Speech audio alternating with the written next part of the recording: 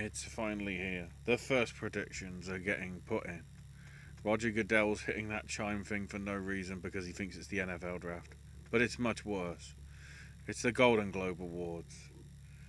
Once mired in controversy, now mired in controversy again. It never ends. Welcome, everybody.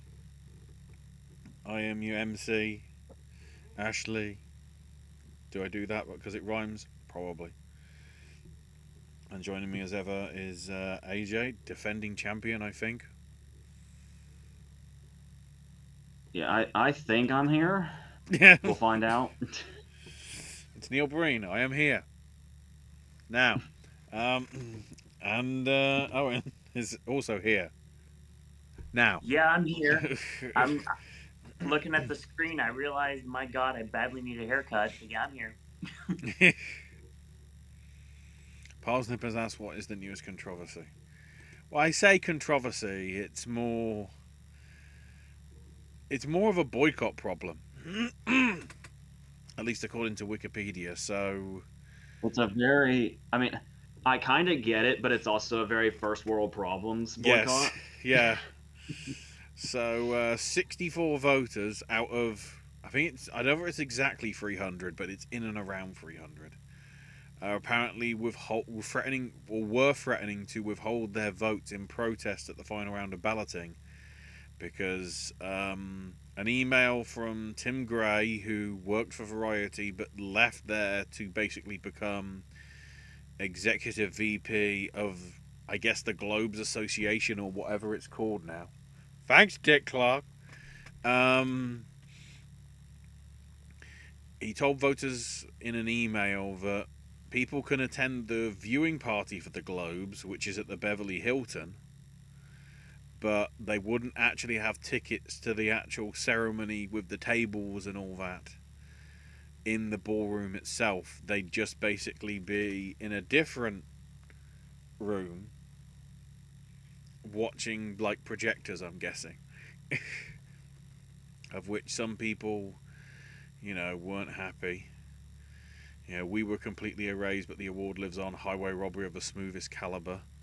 Others said that new members were also furious because they were led to believe that they'd be able to attend it like, the original 87 were and everything. No comment has been made, but I mean, it seems like we're streamlining the show anyway, because maybe it's a controversy, I don't know, but they are not bothering with the Cecil B. DeMille and Carol Burnett Awards this year. Wow. I understood why they didn't have it 2 years ago, because technically there wasn't a proper ceremony because it was a Twitter feed. It wasn't broadcast and everything. So if anybody was making a grand speech, it wouldn't be seen. But you're on CBS. Are you that scared that the NFL match is going to overrun? That it's going to cut into your broadcast? Oh, great. That to me, well, not less of a scandal, but more sort of something that I thought would have been an open goal to do, but they ditch it, but instead bring in cinematic and box office achievements.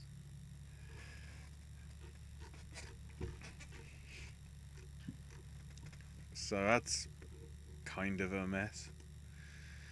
As we previously mentioned, Joe Coy is hosting. Supposedly, a load of big names, including Chris Rock, were approached, but all declined the offer. So it still seems like the Globes, or what they associated with in terms of the Hollywood Foreign Press Association, is on shaky ground. Even though I guess the speeches now are going to be thank you to something. I don't know. Is it going to be thank you to Dick Clark? Or Eldridge Industries? Or both? Or we have yet to establish a name for them? So this is funny in itself. So, anywho, Um, plus, I mean, we might as well get into chat first for stuff that isn't related to predictions. So, Spencer asks, our favourite Golden Globe win of the Nomadland season. So that'd be 2020, right? I was literally just thinking how funny it is that they were able to have a show in 2020 for 2020 of all things, but the 2021 was the fucked up one. Yeah. I would say I'd say Kaluuya or Bozeman probably.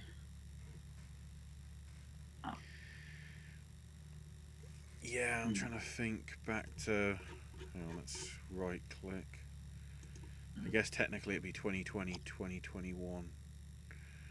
Because it all got enveloped.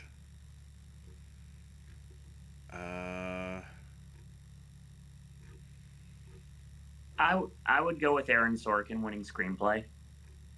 Oh, of course. I forgot. It was the meme. Sal. Yeah, of course. Sal. AJ's favorite win of the Mauritanian. Well, I do like the fact that John Boyega got recognition for Small Axe.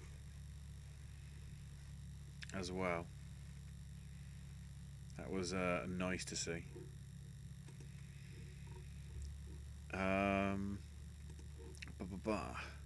Josie says, Happy New Year, everybody. I'm on the 900s of One Piece. AJ, you interested in reading more books now by Percival Everett, the author of Erasure? He also wrote I Am Not Sidney Poitier, Glyph, and his most recent novel, The Trees, from 2021. Yeah, if they're as creative and provocative as Erasure was, definitely. I mean, with a title like I Am Not Sidney Poitier.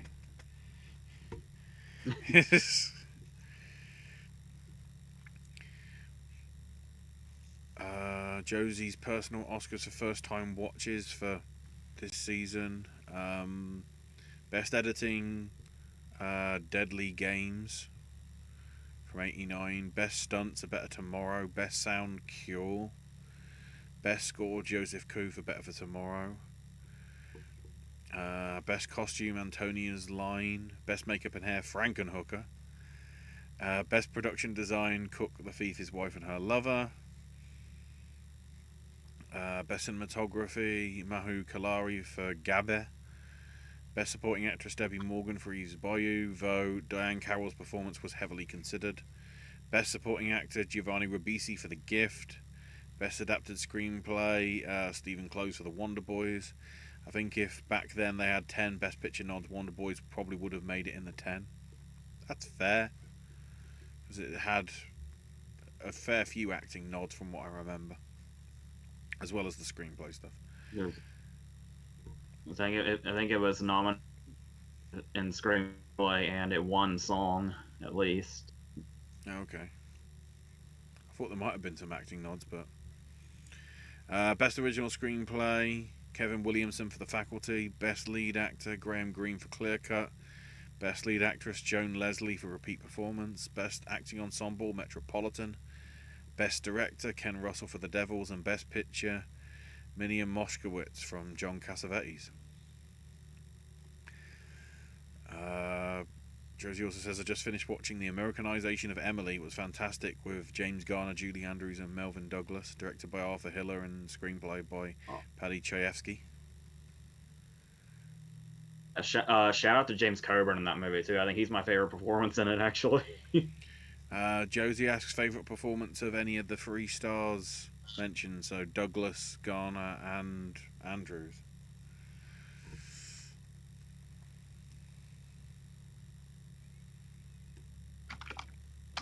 Not off the top of my head.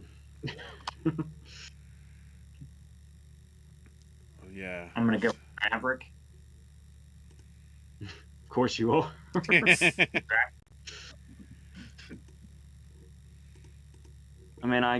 guess Garner would be Murphy's Romance or something.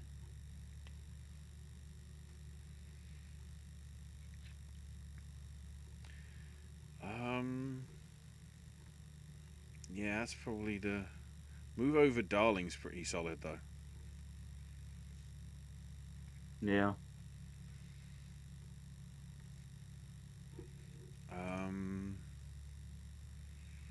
Favorite Arthur Hiller film of the ones that we've seen? Ooh. To make this quick, I'm gonna have to pull up his filmography. I try not to do that. I do them off the cuff, but Yeah, I'm not sure off the top of my head.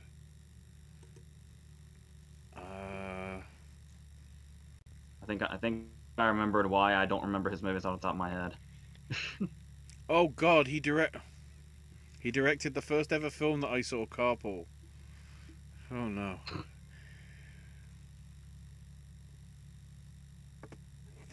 Silver Streak's a lot of fun. And he directed the Alan Smithy film. I'm just getting. I'll say Silver Streak for the sake of time.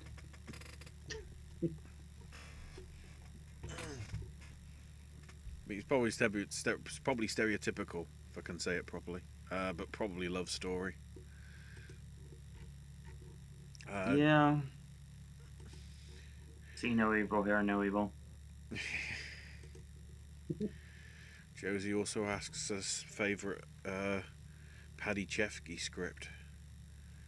I'd probably have to go with Network. Yeah. I think the world expects us to say Network, but I will take any opportunity I can to talk about The Hospital. Yeah, that's good. That's my go-to. Marty as well was pretty solid as well. Yeah.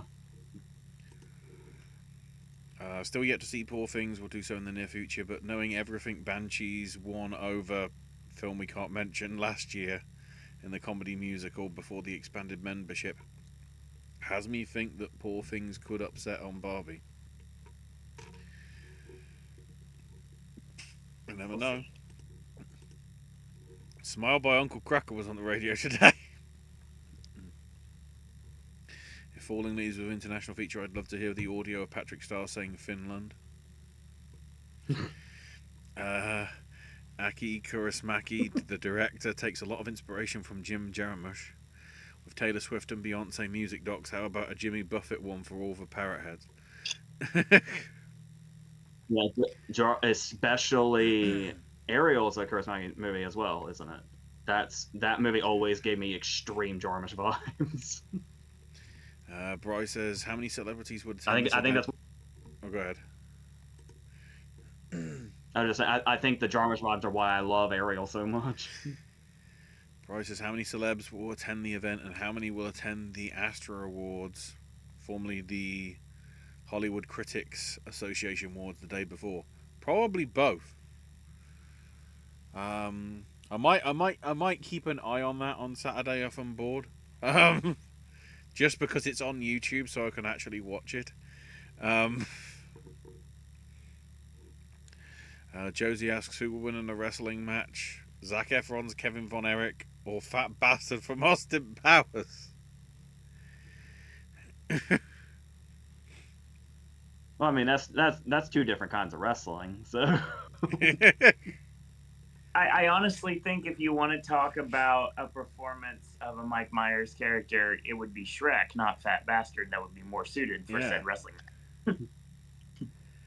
But then again, the joke is that Fat Bastard was a lot more agile than you would have expected. So I'll tell you what. When Efron's Kevin Von Erich did that, got that huge pop by getting that 1,000-pound man up in the air, brother, life would be wonderful. Zac Efron's Kevin Von Erich or Bonesaw from Spider-Man. Oh yeah. Bonesaw. That's hard to say because we only saw Bonesaw in like a gimmicky thing, so it was hard to get the vibe of Bonesaw's actual talent. Also, Bonesaw only goes for 3 minutes and then he doesn't get paid. So do a lot of indie workers, Ashley. I guess I'm not watching indie now. I just watch GCW. That is good. That is correct. And Deadlock. Bry says if Same. this ceremony goes to a public voting ceremony by the next year, we should be done with the Globes. Yeah, we would not even cover it if that happened. What would a Jimmy Buffett concert doc be called?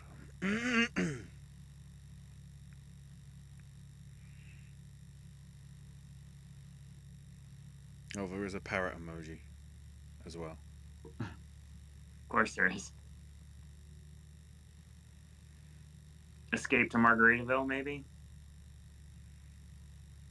I was going through the lyrics of Margaritaville trying to find something. There's a few in there, I think.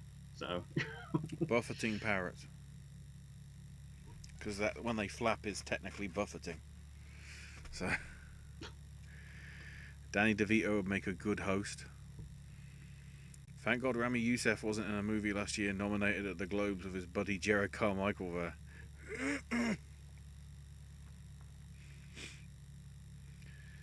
Parsnip mentioning that Sacha Baron Cohen won that year with Borat and all that. Josie rewatched Neighbours the other day. It was hilarious to revisit, and she didn't realise that Jared Carmichael was in that as well. Silver Streak's a pretty great production. He's been around. A lot of people were acting like they didn't know him when he got the Globes job last year. He's been around a while. Mm-hmm. Silver Streak's pretty great production design. Love See No Hear No Evil. Best Garner for Parsnip is They Only Kill Their Masters, and best R for Hiller is Outrageous Fortunes. And for Paddy, scripting is The Catered Affair. Bry gets the Finland reference. It's when Doodle Bob striked Patrick in bowling twice. And Josie now wants to see a wrestling match between Shrek and Fat Bastard. Take a shot.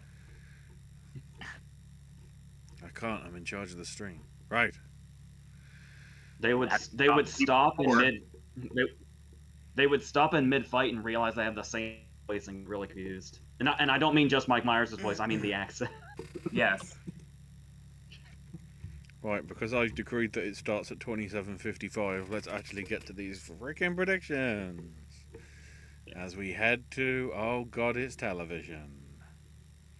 Although technically, nearly all these other ones are streaming apart from one that actually was on television, but because it was on Max, it probably was also streaming as well, so who knows? Okay, usually it's my job to read off the nominees, so if my connection prevents me from doing that, I'm assuming Ashley will just take over. Yep. We'll step in if need be, yeah. I'll make a judgment call on that. Yep. All right. I know this annoys Owen especially, but you do realize we're not going in order that Wikipedia is.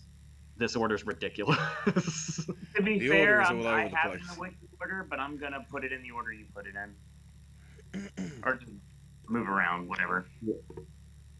We are starting at the bottom with the stand-up. Mm-hmm. So, are we ready? Mm-hmm. Yeah. All right. We have Ricky Gervais for Armageddon, Trevor Noah for Where Was I, Chris Rock for Selective Outrage, Amy Schumer for Emergency Contact, Sarah Silverman for Someone You Love, and Wanda Sykes for I'm an Entertainer. I basically considered everybody except for Amy Schumer. I could see any of them really realistically winning except for Amy Schumer. But because of how high profile it was, I'm gonna say Chris Rock. Probably for the Will Smith bits more than anything else, but I think that's enough. Yeah, I also went with Chris Rock, which will be... Will he show up to the ceremony, but he refused to host? Yeah. I was gonna say, it doesn't sound like he would show up. Well, it's weird because we finally get stand-up categories, but it's after I stopped watching all the stand-up specials, and the only one that I have any knowledge of is Chris Rock because I literally saw it before my eyes, except for the bits with Will Smith. But Chris Rock seems too safe here. I feel like it's too obvious, so I feel like they're going to pivot. They're going to go with Trevor Noah. That's believable. Mm-hmm. Or... He's very popular right now, too. And again, of course, you know, do they try and follow the trend of Gervais because they think that he might host it next year? or whatever. Who knows? Or maybe Silverman wins because she's the only one that's not Netflix. Yeah, and Wanda Sykes this is literally how I narrowed it down to anybody but Amy Schumer. She was fine in Trolls, but she hasn't had a great year otherwise. I actually don't have anything against Amy Schumer. I don't either. I can't see her over this group, so. No. Next. All right. Let's go into TV and just fucking guess wildly. There is no fucking strategy to TV at the Globes. They don't give a shit. So, supporting actress in a series, limited series, anthology series, or TV movie, even though there's never TV movies. We have Elizabeth Debicki for The Crown, Abby Elliott for The Bear, Christina Ricci for Yellow Jackets, J. Smith Cameron for Succession, Meryl Streep for Only Murders in the Building, and Hannah Waddingham for Ted Lasso. I almost went with Hannah Waddingham, but at the very minute I was changed over to Elizabeth Debicki. Yes. I always feel conflicted about this because Debicki did a good performance for the script of, oh, you have to be a ghost and scare the shit out of Elizabeth and Charles.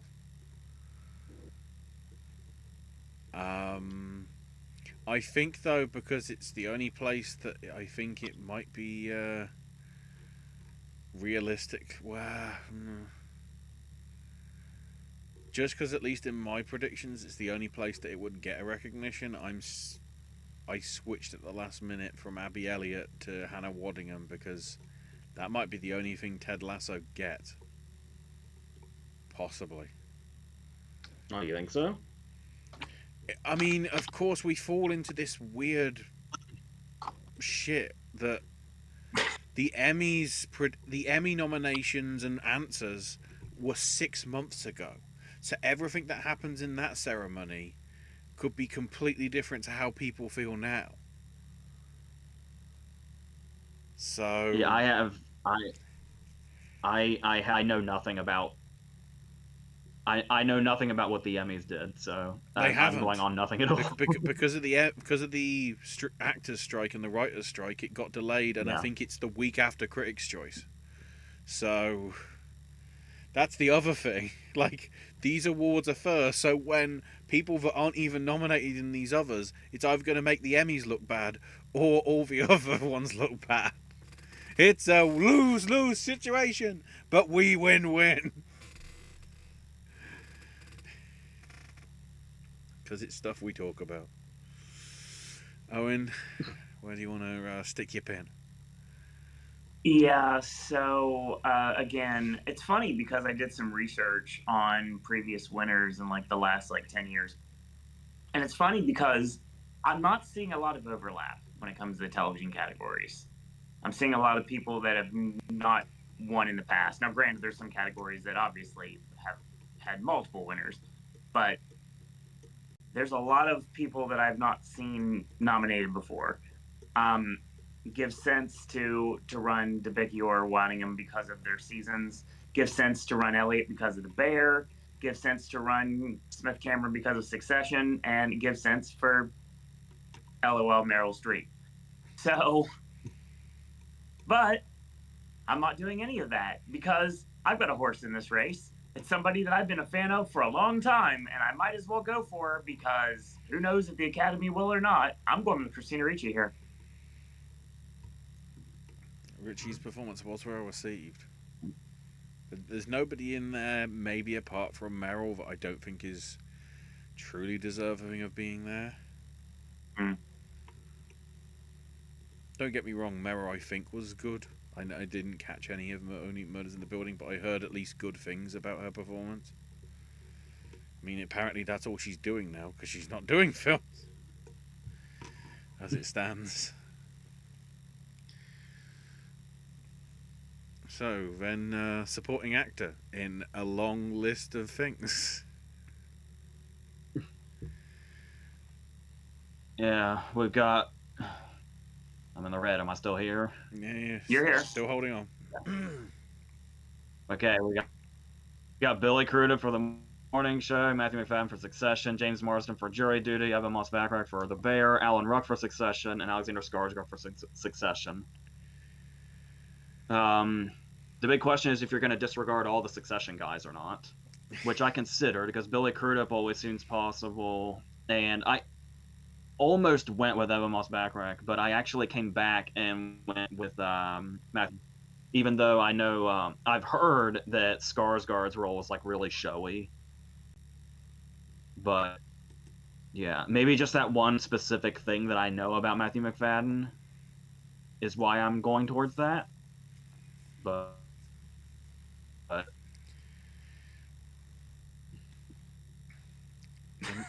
considering everything that happens to his character and the ultimate fate of everything in terms of the series, I also go with McFadden for Succession.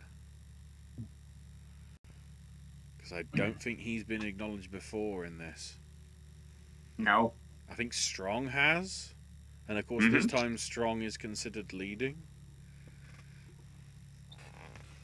Yeah, this is an easy category. I feel like Alan Ruck hasn't been here before either, as far as like no, Lloyd and SAG and stuff. Yeah, it's funny because again, like I said last night, we don't look each other's predictions in advance, and AJ went and Ashley went, and they both chose the same one. 3 for 3. Matthew McFadden, Succession. Interesting. All right, let's do actress in a series, anthology, limited series, anthology series, so on. Riley Q for Daisy Jones and Six, Brie Larson for Lessons in Chemistry, Elizabeth Olsen for Love and Death, Juno Temple for Fargo, Rachel and Ali Wong for Beef. If they're still together, is this going to be the first like public appearance of Bill Hader and Ali Wong? That'll be interesting. I don't even know if they're still together or not. But speaking of her, I'm gonna do the easy thing, and usually it's like, you know, do you bounce around? Do you mix it up? As far as like this goes, as far as like miniseries goes, I'm just gonna have one through line. So, so I'm starting this Beef thing with Ali Wong here. Okay. But I can kind of imagine Rachel Weisz also because of the dual role thing, but really any of them, again. So I'm just going with Ali Wong. So there. Ashley. Beef. You might be hearing that a lot in the next 5 minutes. I'm also making a straight line across, but I'm going to a different television series instead. I'm going with Juno Temple for Fargo. Fargo seems to be... I mean, a lot of people were very mixed about seasons 3 and 4, even though McGregor won multiple things for season 3, so the fact that it's now good writing again, maybe. See, the thing about this is that even though I did go with Juno Temple, and I'm not going against it because it's been said and verbalized for everyone to hear now, that was my thought process going in as well, that I was just going to double up on Beef and I was just going to leave it like that, but I ended up doubling up on Fargo instead. Spoiler alert. So it just made sense in my head. I don't know why. I'm probably going to be proven wrong, but I guess we'll have to see. So I'm going Beef, you're going ham. That's funny. Yeah, that's a shoot, 100%. Because we're an actor. Yeah. Where's the chicken? So, despite the fact that those two things have already been established, we have Matt Bomer for Fellow Travelers, Sam Claflin for Daisy Jones and the Six, John Hamm for Fargo, Woody Harrelson for White House Plumbers, David Oyelowo for Lawman Bass Reeves, and Stephen Yeun for Beef. As alluded to, I'm saying Stephen Yeun.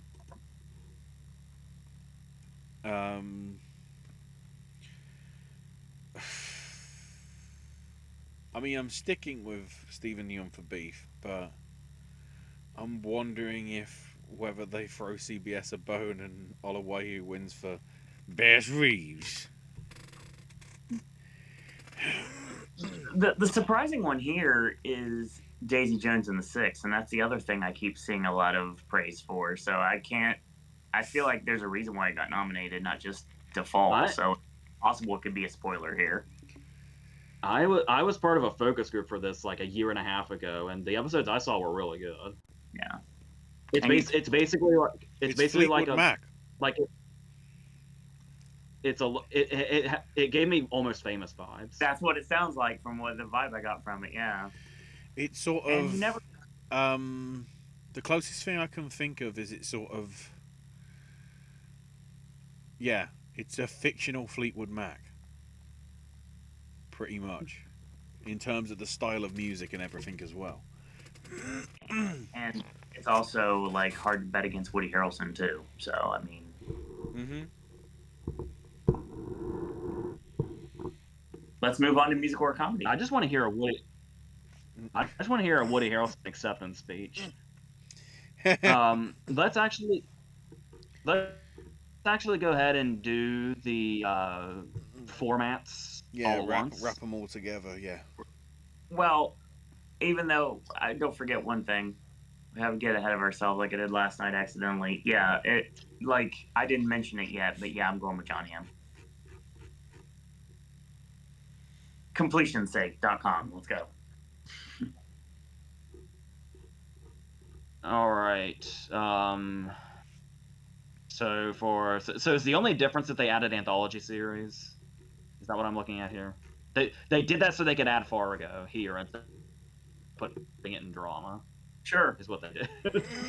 So for this area, we have All the Light We Cannot See, Beef, Daisy Jones and the Six, Fargo, Fellow Travelers, and Lessons in Chemistry. Just sticking with it and saying Beef. Ashley. Yeah, because I don't know whether we are getting a Beef season 2. We might do. I don't know. And I'm gonna stick with Fargo.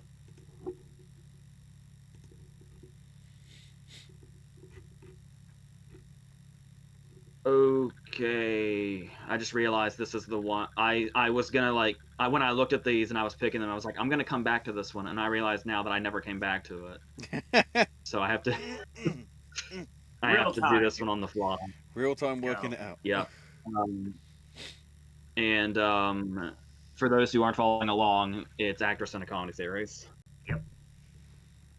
Where we have Rachel Brosnahan for The Marvelous Mrs. Maisel, Quinta Brunson for Abbott Elementary, Iowa Deborah for The Bear, Elle Fanning for The Great, Selena Gomez for Only Murders in the Building, and Natasha Lyonne for Poker Face. I want to say Iowa Deborah because she's kind of like a new crush lately. And Rachel Brosnahan usually is like the go-to, but she's Mrs. Maisel's only nomination, which is really weird. But you could say about Natasha Lyonne as well, who I kind of want to go with. I don't know why. I just have this random thing where I'm gravitating towards Natasha Lyonne. So since I'm doing this on the fly, I'm just gonna say it. So.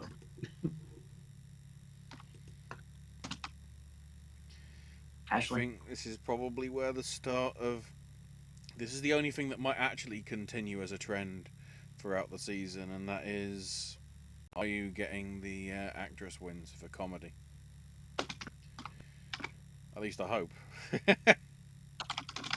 don't even watch The Bear, but I would love that.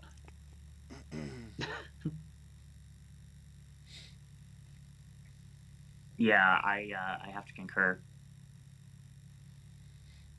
It kind of does feel like her role in that is sort of the Vinette Robinson of Boiling Point, when that had its mini-series earlier this year, when sort of quote unquote the short film and the movie was like where we were introduced to her, but then it's like she's been given more of the ball to sort of carry with, and Jeremy's writing stuff for stuff other than himself.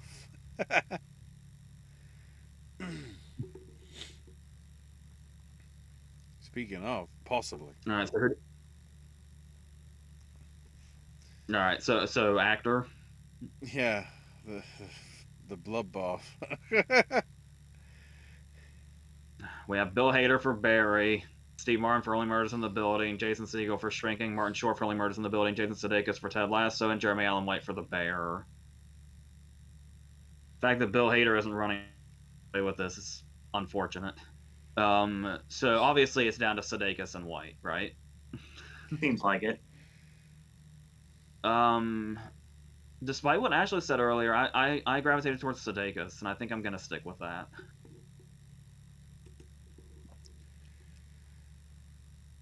I think with this, it's going to go to Alan White. And I'll agree with Ashley, Jeremy Allen White. And comedy series. The situation with Hader's interesting, of course, because just like Sudeikis, it's established final season, so it's the last chance for recognition. Jason Segel's just happy to be there. But yeah, to the. But at the same time, it would be glorious if Jason Segel won. Not only because it'd be so unexpected, but he's just so fucking likable. I would just like.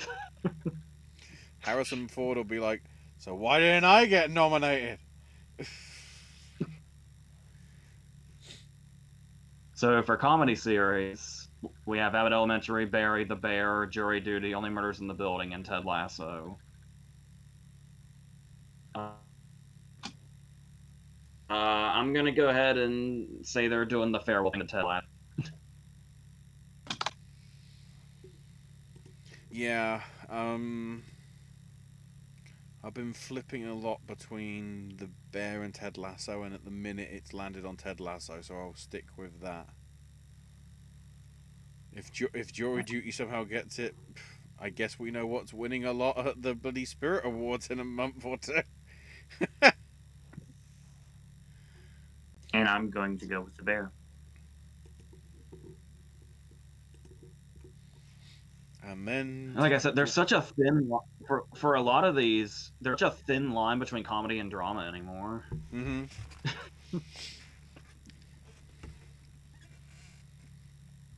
All right, actress in a drama series. We're almost done with TV. Yay. We got Helen Mirren for 1923, Bella Ramsey for The Last of Us, for The Diplomat, Sarah Snook for Succession, Imelda Stone for The Crown, and Emma Stone for The Curse. I kind of was about to immediately jump on Sarah Snook, but I actually think I'm going to say Helen Mirren. But I'm not ruling out Bella Ramsey either, because The Last of Us was kind of a phenomenon in its own right.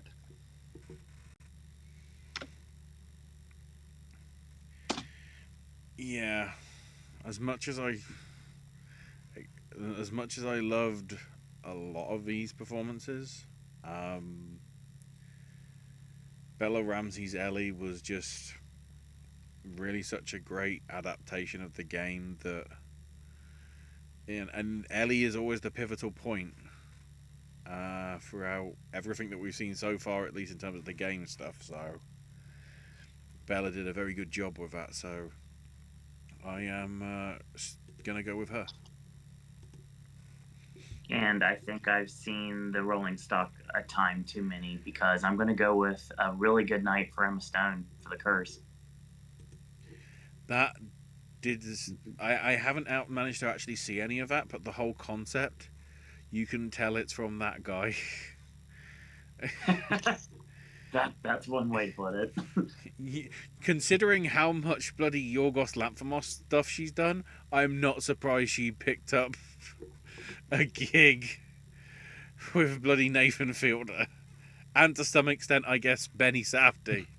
It just fits.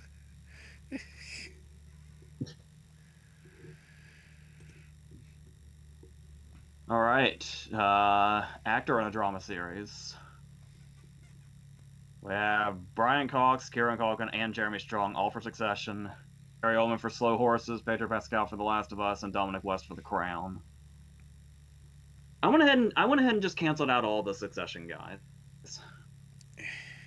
So that I didn't really go for Dominic West either, so I narrowed it down to Oldman and Pascal, and I can really see either. I can also really see Jeremy Strong if they don't cancel out, but I'm gonna say Oldman.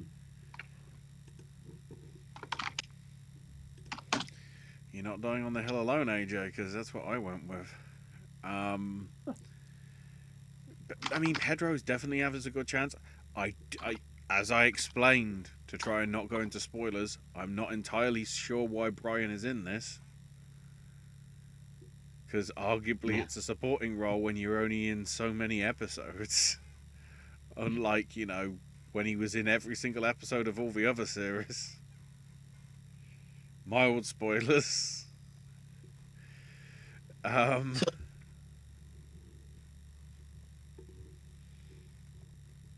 So I started with an idea, and then I pivoted against it and be like, yeah, it makes more sense. Like, yeah, let's spread the love for Succession. That's like, let Kieran Culkin get his win since everybody else already got theirs.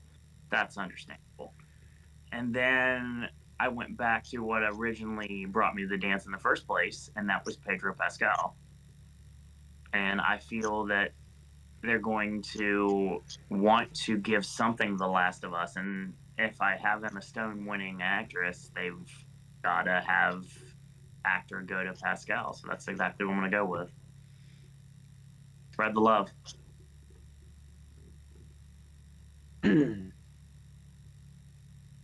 And finally, drama series.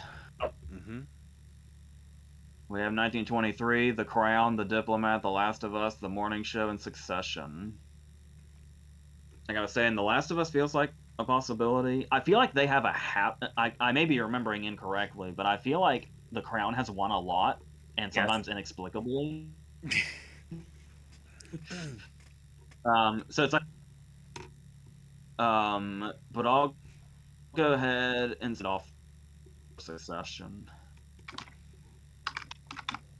Yeah. As much as I think it should be The Last of Us, there's a chance that if they decide to drastically change the script from what the video game does, people might love Last of Us Series 2 even more. But considering how well it was done, and it was one of the water cooler moments of the year, I have to go with Succession. I don't think there was any sort of... There might have been some episodes that were that were good, but a lot of them were sort of getting a lot of positive word of mouth every week. And considering it's from one of the people from Peep Show, what the hell? Succession.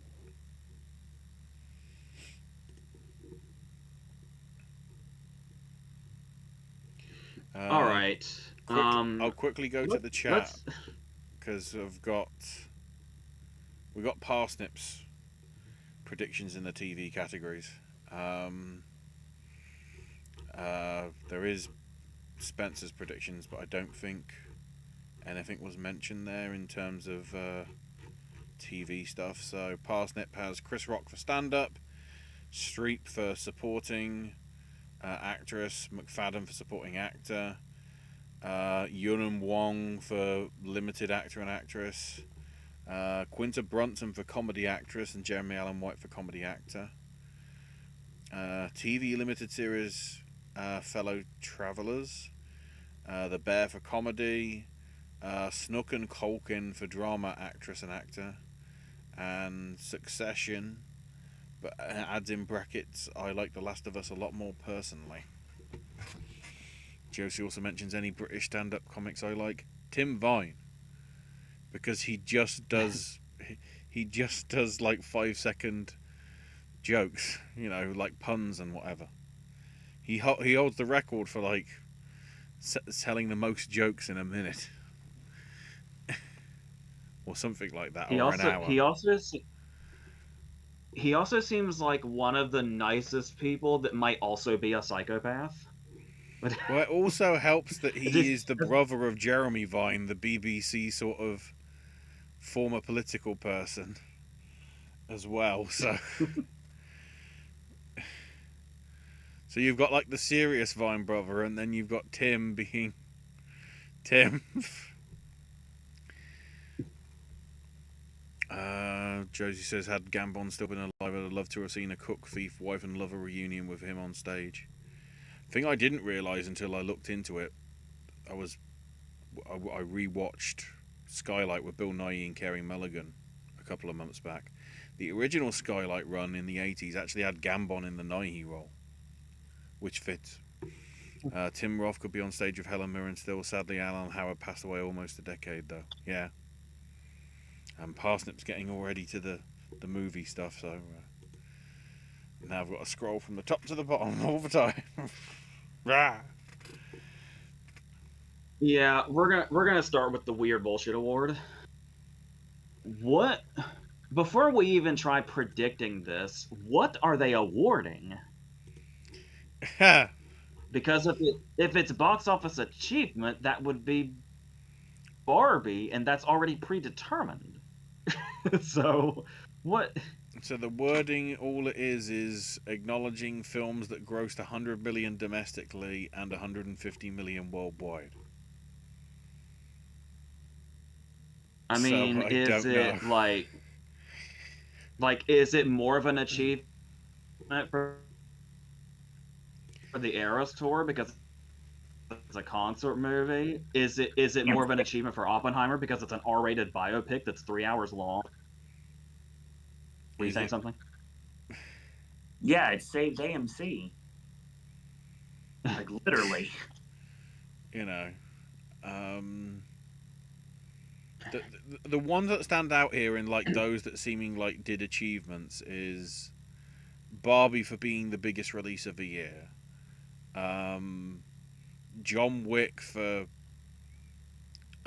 providing God knows how much beautiful cinematography and stunt work and everything. Even though the ending will probably confuse and piss off some people, but whatever. Oppenheimer for having as strong a year as it had, having to go up against Barbie with the release, but like still actually being able to deliver and get quite a hefty box office. Yeah, the only way this category would make sense is if Barbie and Oppenheimer tied. Spider-Man for being practically the only good Marvel movie of the year.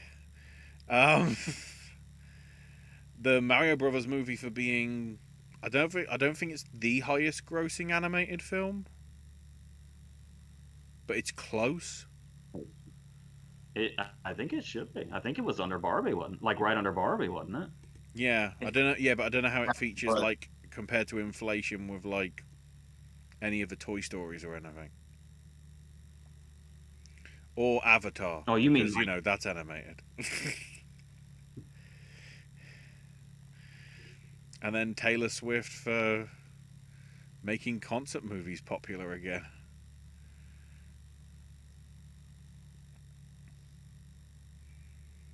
So what I'm trying to say is, why are Guardians and Mission Impossible here?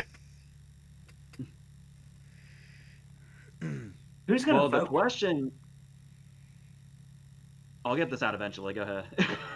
No, who's going to vote for this? Seriously, it's like... It's the 300 people. That's what I was saying was, how many of these Globe voters have Swiftie daughters? Probably none of them.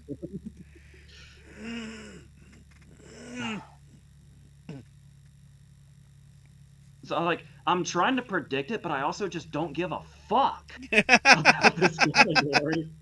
I don't know. I don't know what to do. It's almost like this should be a public vote. That's the only way this award makes sense. You'd think. And not only that, it's so fucking charitable, there's fucking 8 of them. It's so... So I guess I'll say the Eras Tour, I guess. I feel like I should say Barbie, but... It almost feels like the whole reason for the category is to go for something like the Eras Tour. I'm just gonna say that, I guess. Even though I don't know what the fuck this category is.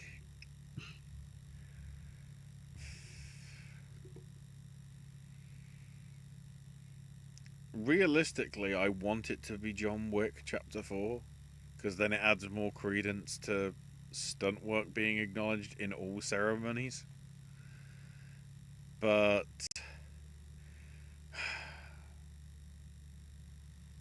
I will edge it to Barbie.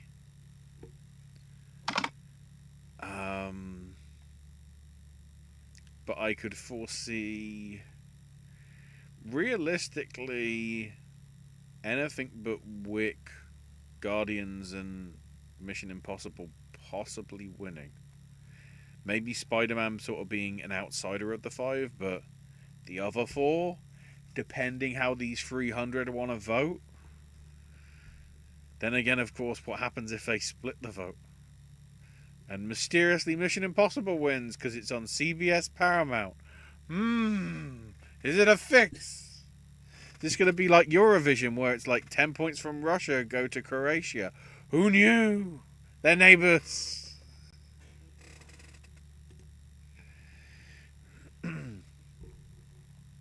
Anyway, So- Owen, you were saying Taylor Swift? Come on, seriously. Shake it off! Shake it off!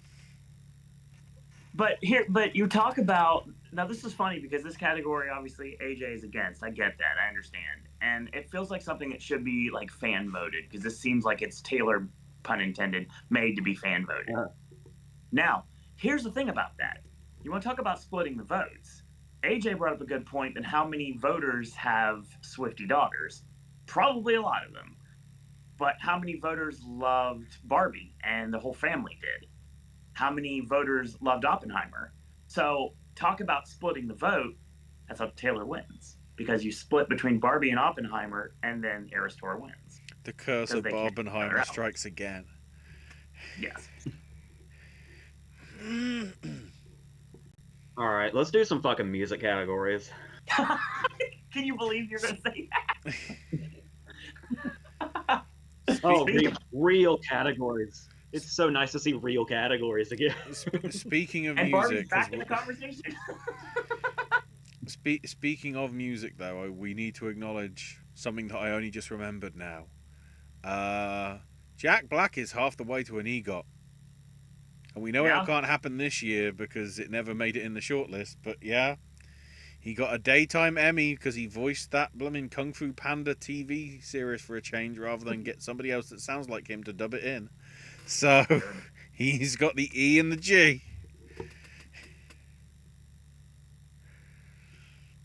Song that's an actual song into contention. I think he can do it.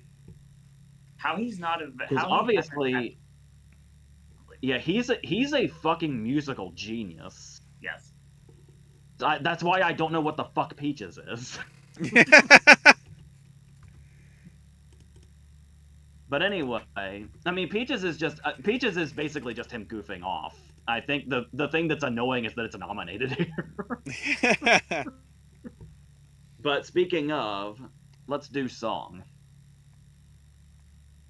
Where we have Addicted to Romance from She Came to Me, Dance the Night from Barbie, I'm Just Ken from Barbie, Diz from Super Mario, Road to Freedom from Rustin, and What Was I Made For from Barbie. I got a question. This is the first time I've really looked at the song possibilities, and I looked at the shortlist and stuff like that. Mm-hmm. Right now anyway, I'm getting a vibe that What Was I Made For is the one to beat.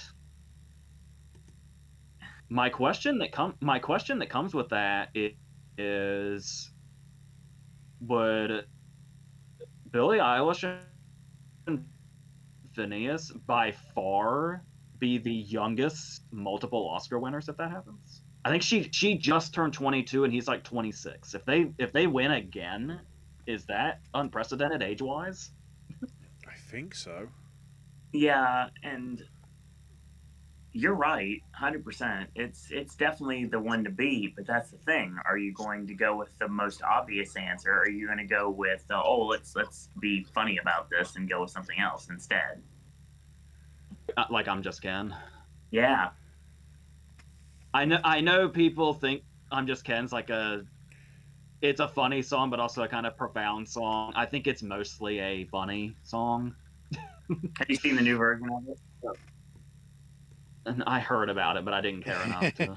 I watched that over the holidays.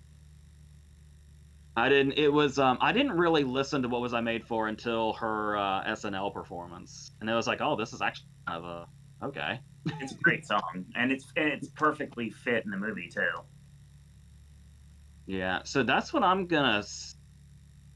I don't know. The Globes are fucking hard to judge because it's like you never know when the Globes are feeling serious and when they're feeling we want to be liked because they kind of go back and forth. So, what Barbie song are you going with, AJ? Well, I would like to establish that I think What Was I Made For is the one to beat in the long run. That's fair. I'll go ahead and stick with it here too. And by the way, that's going to be as we go further, that's going to be a continuous problem of do the Globes want to be serious or do the Globes want to be liked? Is the choices we have to make. Of course, the interesting thing, as opposed to, I don't know whether it will carry through when it happens. Wait, they don't do song, I think, with the BAFTAs, but with the other ones, like, all three Barbie songs are making it in. But because of the rules, one has to fall. So it'll be interesting to see which one has the legs to stay in contention there. I think you pretty much know the answer to that, Ashley. Yeah, well, it depends. Do they want to go with the last one that they hear going out the screen, or the one that feels like it sort of belongs in the song? Or, you know, ASMR? I will say Dua's performance would be a lot more Oscar friendly on the stage, but it feels like the one that's going to miss. Then again, it's the one that got most of the radio play. Oh, for sure. But then if you look at like everything that's happened since, there's been a lot of momentum for Billie to do her stuff. Yeah. And, you know, we've obviously seen Dua Lipa really hasn't touched anything Barbie I think. She's just hyping up the new album and Houdini rather than the Barbie song. So maybe. Watch it be Bruce Springsteen. Gives me the justification why I watched She Came to Me. Diane motherfucking Warren, even though it isn't a Diane Warren song. It just feels like it could be. That comes later. Yeah, she'll be back. She'll be back. .com, let's go. I'm thinking I'm saying I'm just Ken, but I'm waiting for it to be Peaches, and everyone's going, so why are the Oscars so shit? If everybody put Peaches as best original song, and the Academy is like, no, we're too good for that. You know, it wouldn't be shocking at this point. Like, for example, if it can't go any further than this, and this is its flowers right here. Yeah. Peaches being said 74 times is still better than bloody Writings on the Wall. Thank you, James Corden. You're not wrong. But still. It's a good list, honestly. It really is, judging by just the performers. And I really have been saying pretty much since day one that Golden Globes are going to be a Barbie love fest. And I'm going to continue with that. And I don't know how far that's going to go with the rest of the televised award shows, but I feel that it's down to one of the three. I think Billie's song is easily the best, without question. There's like no competition whatsoever. That song is just haunting, and it fits the moment it hits in the movie. And when you hear it otherwise outside of the movie, it still works. And Billie and Phineas are a fantastic duo, and they're going to be great forever. But I will say right now that I just feel that Ryan Gosling at this point, I feel that AJ hit it on the head. It's like at this, you have to decide if you want to be popular or not, or if you want to tell it like it is. And I feel popularity is going to win out here. I'm going to go with I'm Just Ken as well. Either way, I still think that Mark Ronson's walking away with a Golden Globe. I'm just confused by the fact that Briar's just said in chat, oh hell no, Owen, in all caps. What did you do? He's a Swiftie denier. He doesn't. His commentary's not matter at this point. That's why he's boycotting the Globes. If you read the comment in chat.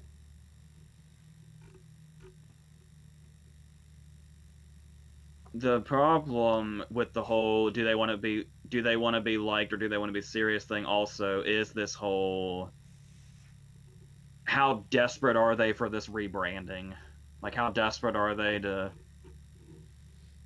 make some big entrance and get people like they're thinking they're going to be like the big Globe ceremony that everybody wants to count. They're going to try way too hard since this is their first time out. We're not. I don't. We're not the old regime. That's going to make this difficult. So, should we continue to score? Mm-hmm. We were on song for a long time. Yeah. So score. We have Poor Things, Oppenheimer, The Boy in the Hair, and The Zone of Interest, Across the Spider-Verse, and Killers of the Flower Moon. The annoying thing here, like it could be any single one of them. Yeah. They are all believable winners here.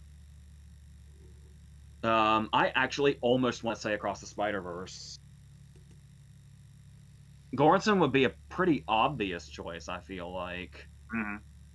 Robertson would be an obvious choice because of the posthumous thing. The thing about it, though, is, number one, people blow up posthumous wins a lot more than they actually... They're a lot more rare than people think they are.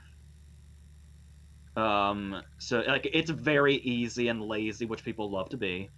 So they'll just say, oh, they're dead, so they're going to win because they're dead. And it's like, that does not happen very often. Mm-mm. Especially when you look at Oscar history, it's extremely rare.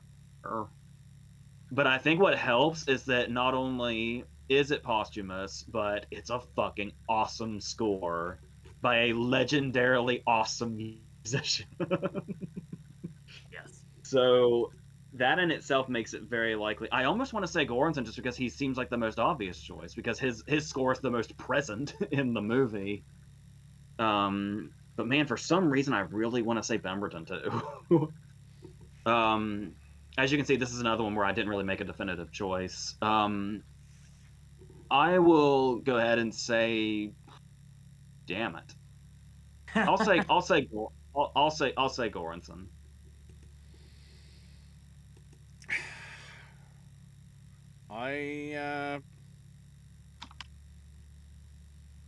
I'm conflicted because, of course, there's a lot of Brits in here, in Fendrix and Micah Levi. But I went with the other one. I have actually gone with Pemberton. Mainly because I think the first one should have got acknowledgement as well. I don't think he got nominated when it probably should have done.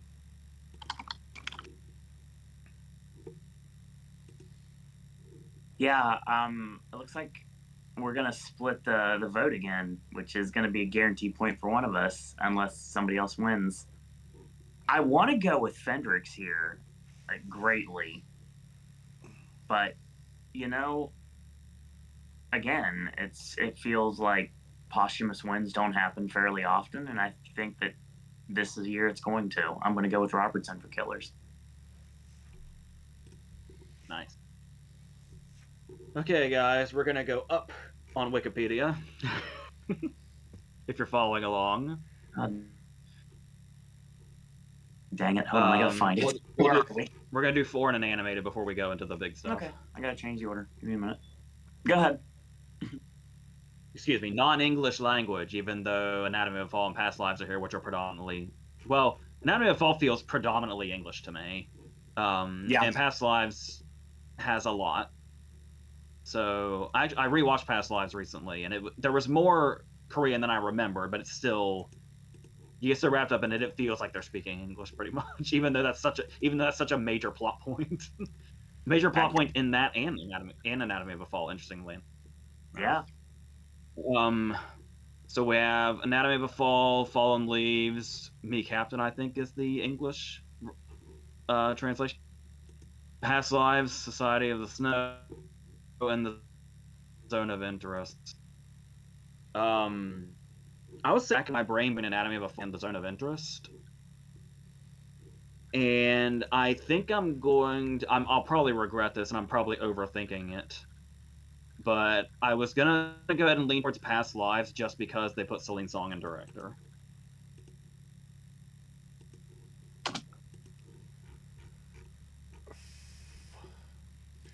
I decided to go with Anatomy of a Fall.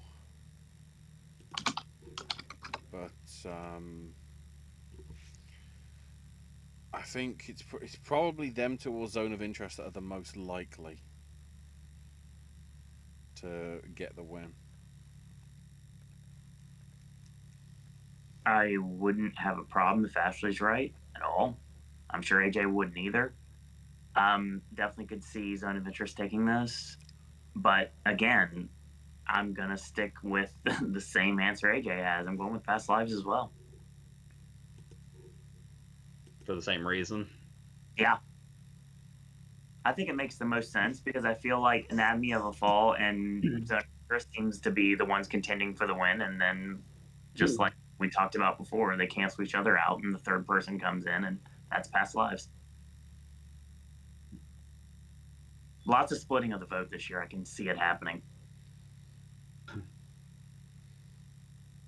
And for animated, we have The Boy and the Heron, Elemental, Across the Spider-Verse, Super Mario Suzume, is that how we say it? Mm-hmm. Yep. And Wish for some reason. Oh, the only one I don't have theatrically. So I'm saying Across the Spider-Verse, even though The Boy and the Heron could so easily change that. I want to make it especially clear that I have it down to those two, because we did have some dumbass in here recently where we were discussing the animated nominees, and I was talking about how impressive it was that Elemental bounced back, where its box office quietly got bigger and it kind of got a bit more acclaimed as it went. And for some reason, aggressively thought that meant I was saying Elemental was winning. I remember that. I don't know where the hell that angry child came from, but no, it's Across the Spider-Verse, but The Boy and the Heron could sneak in and start taking it. Yep. So I think it might even be one of those scenarios where it's like The Boy and the Heron gets BAFTA or something and like actually shakes it up.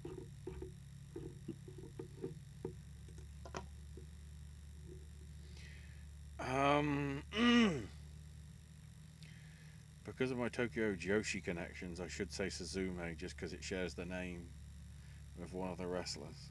I'm gonna stick with Spider-Verse, but I could foresee Mario winning this as well. Yeah, Because part of me doesn't know whether this is actually acknowledging whether the script is okay, or also like the art style and whatever. Because it's weird to see something from the Minions people that doesn't look like it's Minions or Dr. Zeus. Yes. Yeah, Mario, I think, is the upset here, but it's down between the two. And yeah, you made a very valid point about BAFTA, and I feel like that may end up happening, to be quite honest with you.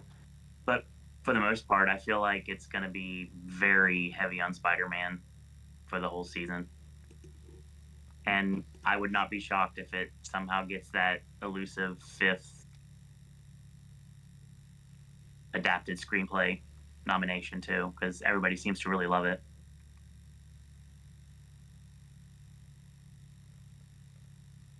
This one's a little tricky. Yep. I thought so. Screenplay? Is screenplay what would be next? Yes. Mm-hmm. Oh man, it's especially tricky that we're combined. So things are pitted against each other that aren't really pitted against each other. So we have Barbie, Poor Things, Oppenheimer, Kills the Flower Moon, Past Lives, and Anatomy of a Fall. I think I narrowed it down to Barbie and Poor Things, with possibly Past Lives. I think is what we're looking at. Though I can also see Oppenheimer. Like I said, they really pushed that he wrote it in the first person thing, and the fact that the movie is mostly dialogue. Mm-hmm. God damn it. This is hard. Globes. Owen, is the dialogue in Poor Things comparable to the dialogue in The Favorite? Slightly. I mean, it I makes can sense. see. It's I from can the see same where there be writer. there's similarities. Because The Favorite script is a work of art. Once again, Ruffalo's dialogue is just a laugh out loud hilarious, and it just like it goes from one extreme to the I next. do get. From what I've heard about Ruffalo's dialogue specifically, I very much get Favorite vibes. Yeah, absolutely. There's a lot of tremendous insults as well. Yes, there are. Oh, god damn it. It fixed itself, I I think. kind of... What was that? You sort of slurred your words, i.e. the internet went weird, but I think it's back now, so. No, I'm just super drunk. No, we'll save that for Sunday, because that's the only way we're going to cope for this shit.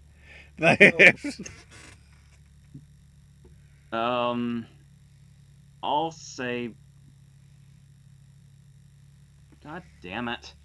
Yeah. I feel like even if I did, like, really... I feel like even if I really did, like, predetermine these and think about it beforehand, I'd still be this stuck right now. I keep instinctually going back to Barbie. So do I need to just do that, I guess?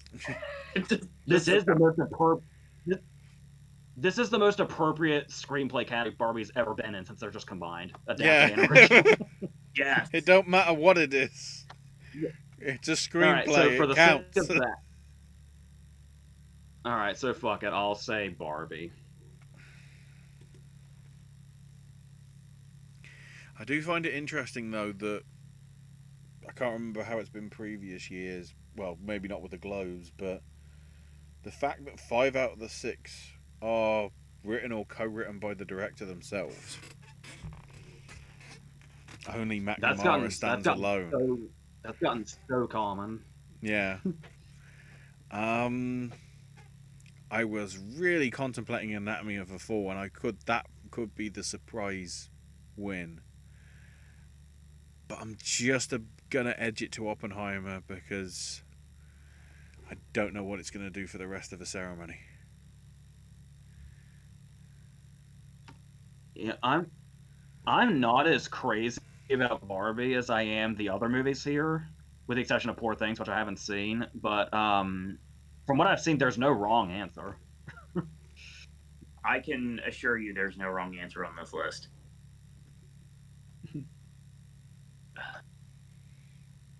And we get to that, and we talk about Justine Triet being like the upset that everybody would not see coming.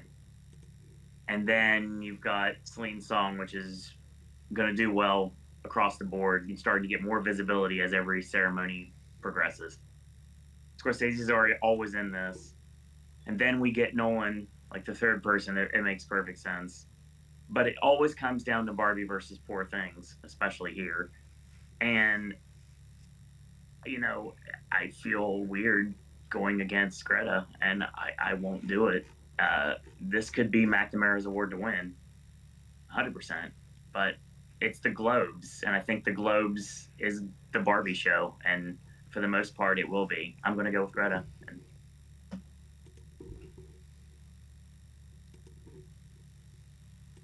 All right, it's not really getting any easier. Oh, it's getting worse, actually. I guess it feels too early to do director, but I guess we'll go ahead and do director since it's here. Are we ready? Yes. Can you hear me? Okay. Yes. We got Bradley Cooper, Greta Gerwig, Yorgos Lanthimos, Christopher Nolan, Martin Scorsese, Celine Song. Number one, I think Maestro is going to be a force to be reckoned with when the industry awards get here. Yes. But it does seem like the industry is taking to it a lot more than other people. So I'm not really counting on Maestro doing a lot until the industry awards get here. In which case, may very well go absolutely crazy for it. So, it basically comes down to, I feel like the Globes often really want to pick a big director, like a big high-profile director, is what they typically do. But at this rate, you would throw Gerwig in there also, so it would be Nolan, Scorsese, Gerwig, I think is what it's narrowed down to. Though Lanthimos would not surprise me either. I almost picked Lanthimos actually, but I was like, are the Globes that creative? Probably not. Mm-mm. So, and I've kind of got it down to Nolan and Gerwig, and this is another thing where it gets complicated because this is something that's unusual from my perspective. Mm-hmm. When my personal favorite movie of the year can potentially win things, I have to decide why I'm picking it.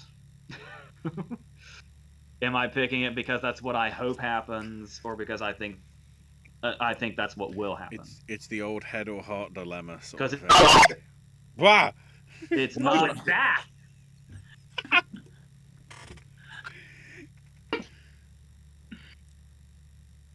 Am I here? Yeah, you are. It sounds like a chihuahua not. just hijacked the line. It's not often my favorite movie of the year is this much in consideration and this close to potential wins. Mm-hmm.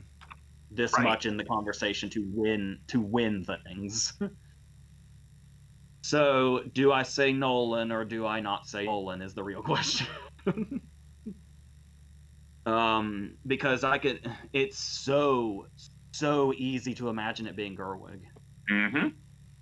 It's so easy to imagine it being Gerwig, but it's so easy to imagine them going for the director with the big ass movie.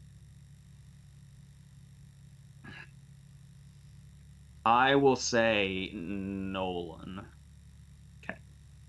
Walking away with my dignity because of everything else I said before that.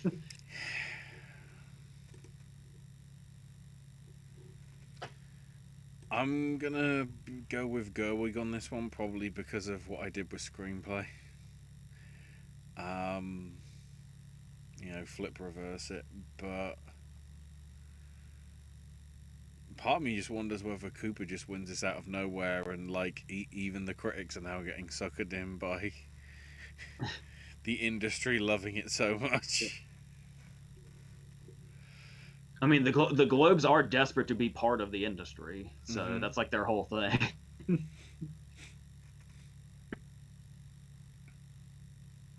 I agree with AJ on this. Cooper's visibility doesn't start here. Lanthimos is a very possible contender here, especially if they go in on Poor Things, which they could. I could be proven wrong about the whole Barbie show thing. We won't know until Sunday. And this is easily Nolan's award to win for sure. He's the most high-profile movie of this. I mean, Scorsese, you can't really count him out, but I don't know how well Killers is going to do overall. Yeah, again, that's a roundabout way to just do the same thing AJ did. But again, I think this year, unlike previous years, I feel like I'm actually justified, and I feel like it might actually happen this year. I know I've said that before. I'll probably say it again, but this year I feel like it's going to happen. Greta Gerwig.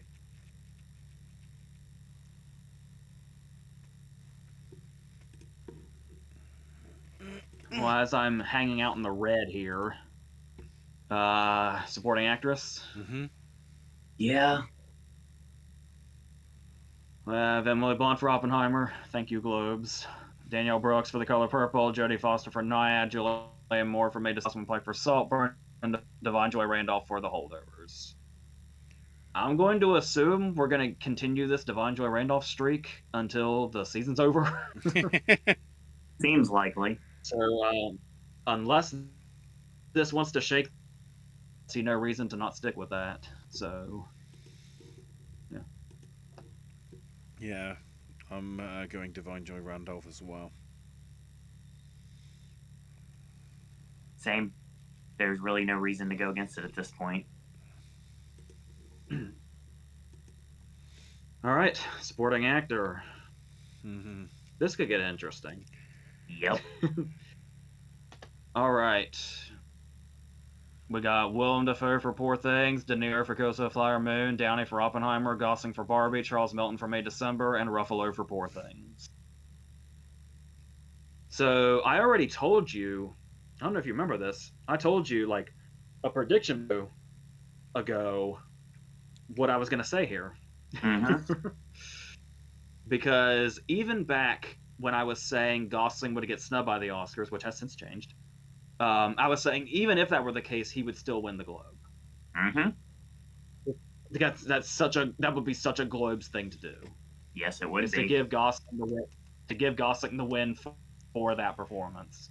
Like I'm surprised they didn't put him in leading, because that also would have been a Globes thing to do. Wouldn't have a Now chance. with that. Yeah, and with that said, with me saying Gosling will take the Globe is what I think will happen. I'm really still holding out hope that Downey starts taking the big ones after this. Makes sense. So I hope, fingers crossed, that Downey kind of takes over this category after Gosling has made the Globes popular.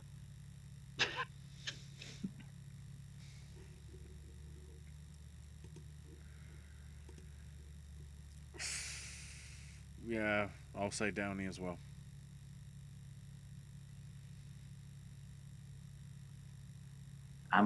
Again, I've said it before, I'll say it again. It's the Barbie show. Gosling. I am wondering whether Defoe wins, and all of a sudden he now gets more in the hunt than at least the other ceremonies have so far. If it's gonna be one of them, it needs to be Ruffalo, just based on the movie And alone. he's probably going to show up to the thing, considering in 7 days from now he's going to be getting his Hollywood Walk of Fame star. Right. So we know he's going to be there.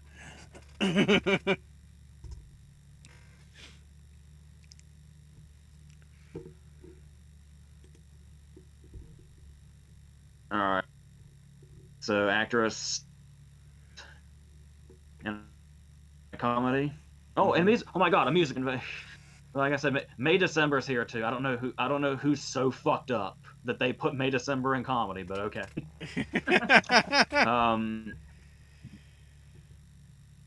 So we got Fantasia Bruno for The Color Purple, Jennifer Lawrence for No Hard Feelings, Natalie Portman for May December. Guys, I looked up everywhere how to pronounce her name so I didn't butcher it, and nobody was helpful. Oh God. Alma Poisty. I'll just go with that. Poisty. I was gonna say I don't think it said how it looks. But for Fallen Leaves, that wonderful actress whose name I did not want to butcher. Alma. We know Alma. Alma is answer.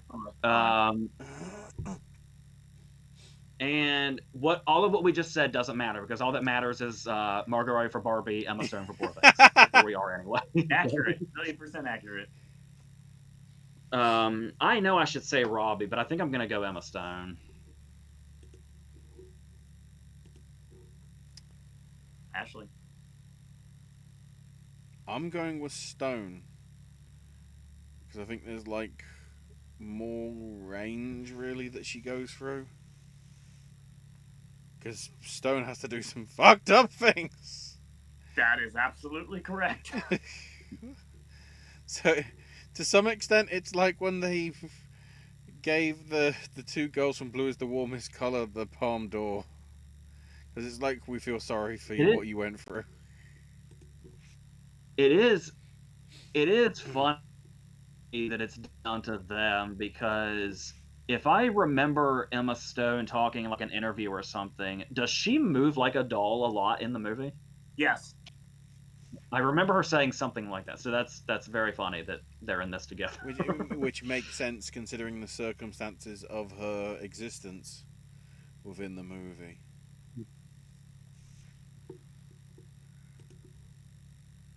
So, I have a feeling, based upon what I've been saying all along, that you have an idea what I'm about to say.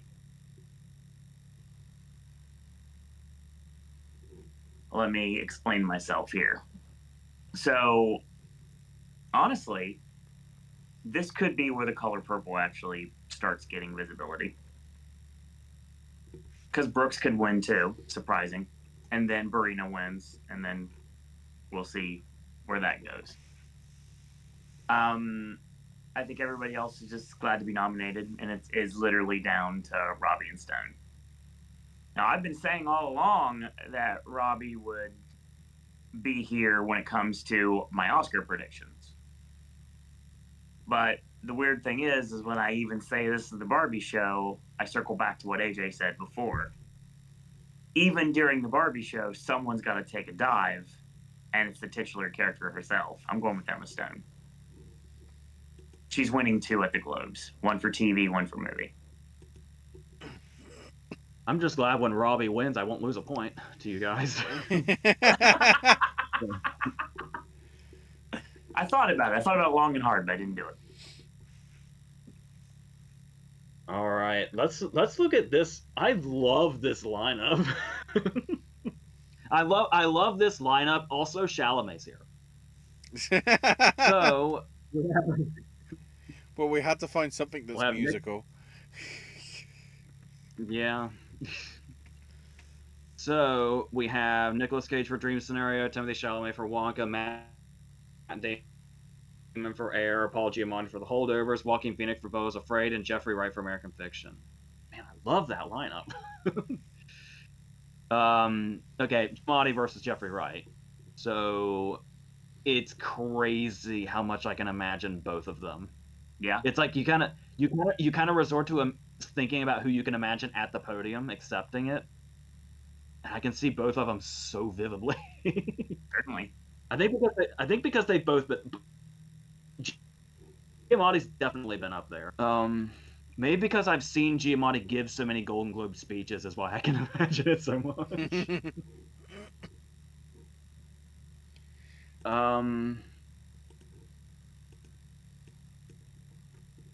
Damn it, man. This is a tough one. Here we go again. Duck again. Getting it narrowed down is easy. Picking between the two that's left is the pain in the ass. I'm gonna say Jeffrey Wright. Okay. I will say Giamatti. I will also say Paul Giamatti. Because I think as a lead thing, it's right. There's method to my madness. Which you might find out next, depending how we're doing it.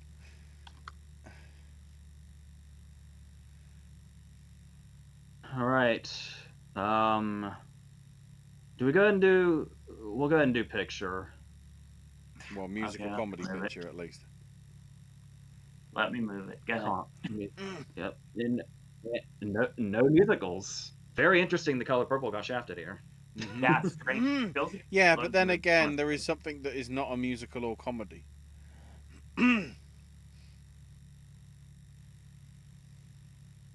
Yeah. Okay. Oh, I guess I can say them. We have. I was so lost in what the fuck am I gonna say? Air, American Fiction. The crazy thing about this is, in any other year, American Fiction and The Holdovers will be contending for this. Mm-hmm. The Holdovers would win this in like a landslide in another year, midst of the Barbie Poor Things battle. Certainly. So, as was alluded to previously with the Banshees win, which I honestly don't even remember happening, but apparently it did. That's how much I care about the Globe.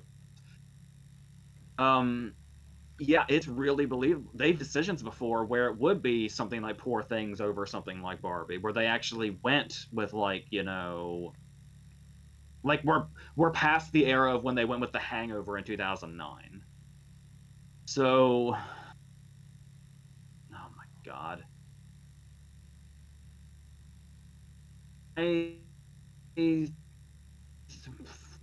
Oh, for God's sake. I'll say We're almost done. We're almost done, guys. Don't worry. The pain is almost over. I'll say I'm going to say fuck. I'll say Barbie because I said Barbie in screenplay. I feel like I have to say it now. Okay, we'll do that. Shit. Did the wrong. I can already feel I did the wrong thing. I can already feel it. Instant regret. This is my Ron Burgundy jumping into the bear pit. Was choosing Barbie just now.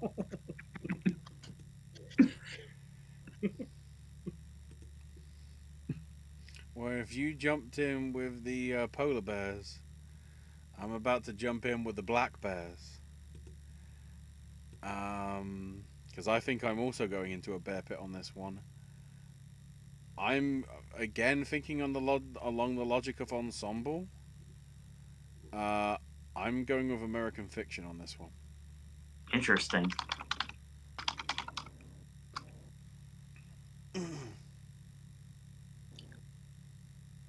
And I'd love to say Air. I really would. But this is a competition where I have to go with what's going to get me points, not what I want to win. And it does come down to Barbie versus Poor Things. And then I'd say there'd be that sleeper, and that's where Ashley's prediction comes in, where American Fiction gets surprised out of nowhere. I mean, 4 words, barbieshow.com. That's all I got to say.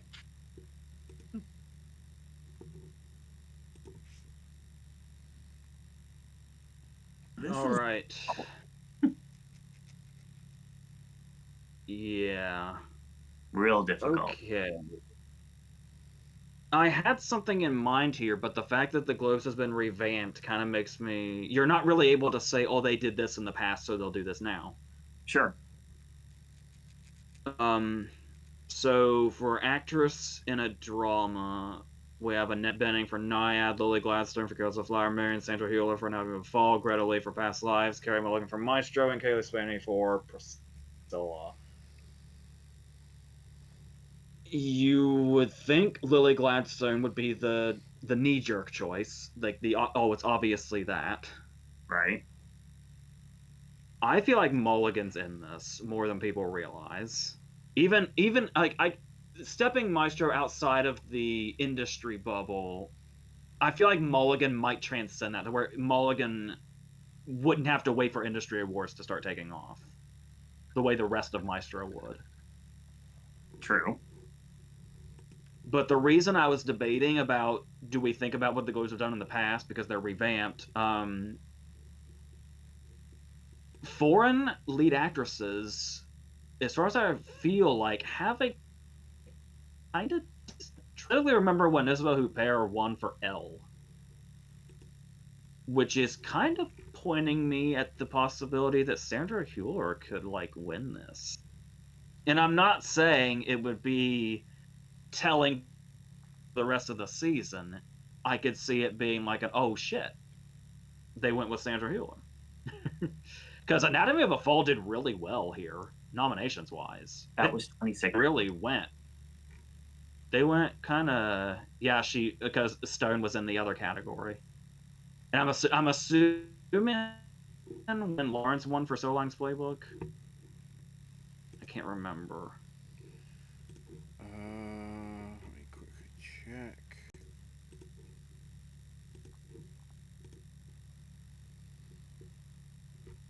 But like I said, even regardless, we are dealing with a different like group. Like this, like you say like, oh yeah, they revamped, but I mean they added like hundreds of members. That's a pretty big revamp. So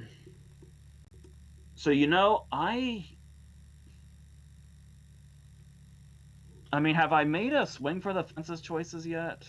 Because the Globes seem to like their curveballs. Have I said anything completely outlandish yet?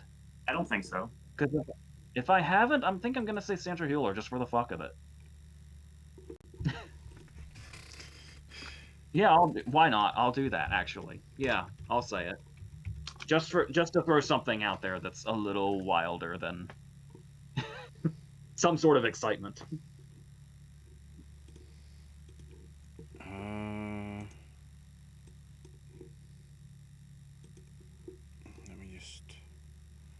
Mark that on the thing. I think, because at least in my list, it's the only thing it's getting acknowledgement for. The only real standout moment of the film, Lily Gladstone for Killers of the Flower Moon.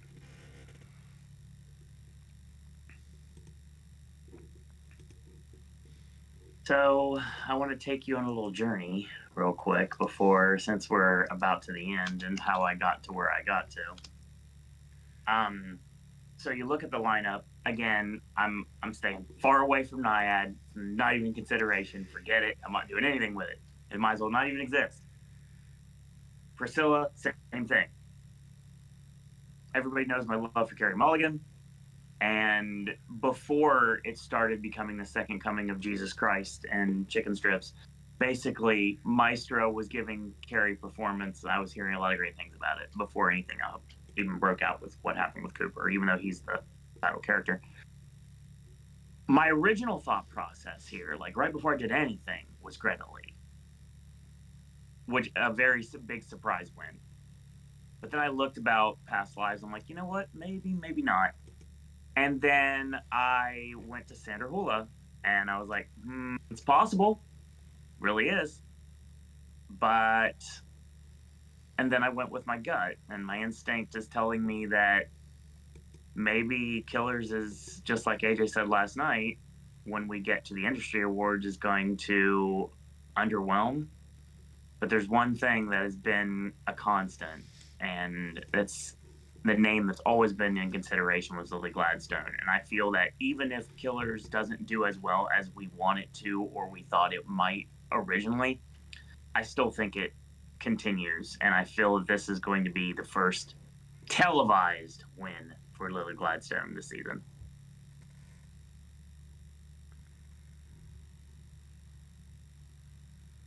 All right. Actor. We got Bradley Cooper for Maestro, DiCaprio for Killers of the Flower Moon, Coleman Domingo for Rustin, Barry Keoghan for Saltburn, Cillian Murphy for Oppenheimer, and Andrew Scott for All of Us Strangers. Well, I got it narrowed down to 2, even though it would be crazy if Coleman Domingo made a statement here. Wouldn't help my predictions out. But here's the thing. I've got it down to Murphy and Cooper, but once again, I got to stop and think about what I have to think about this season. Is it because he's the star and face and name of my favorite movie of the year? Or is it because I genuinely think he's going to be Bradley Cooper? Like I was saying, it does seem like much more of an industry thing, the real industry, as far as freaking out over Maestro. So I don't want to jinx it, but I actually feel pretty okay and not that hesitant about saying Cillian Murphy. So that's what I'm going to do. Ashley.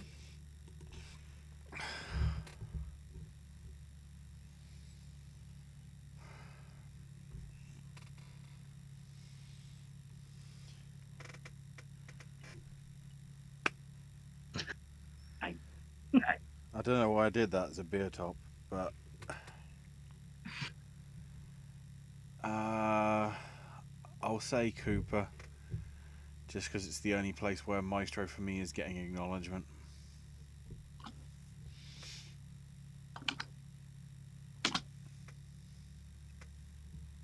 So I don't think that the Cooper love for Maestro was necessarily all there when the voting stopped. I feel like it was kind of on the cusp of it, so it could influence decisions, but it may not. And I feel that this is a deserved win, a needed win, and I feel that I'm going to concur with AJ on this. I'm going with Cillian Murphy.